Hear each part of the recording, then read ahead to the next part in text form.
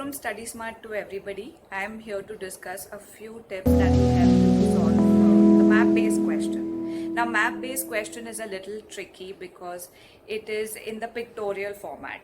And since it is very dynamic in nature, it just becomes a little difficult or challenging to solve this question type.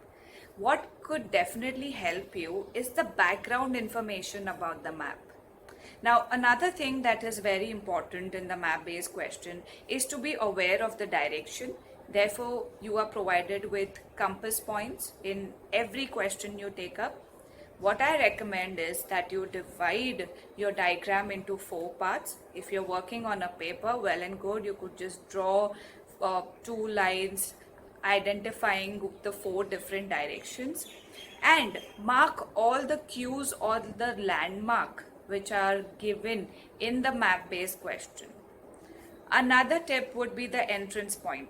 Identify where you think the audio may start from and think of the ways every part of the diagram would be described in the audio.